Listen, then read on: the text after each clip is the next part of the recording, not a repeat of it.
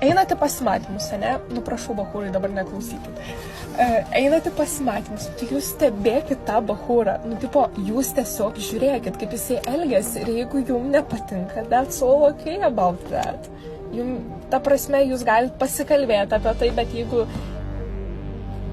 pagarbos, jeigu nėra kažkokio iš vyro noro, iniciatyvos, planavimo, rūpinimosi, realiai, kaip jūs labiausiai norit, kaip jūs labiausiai ką jūs labiausiai mėgstat ir nėra to tokio atgalinio ryšio, ką jūs kalbat, nu, tai tiesiog stebėkit, okei, nėra tai, nėra, viskas.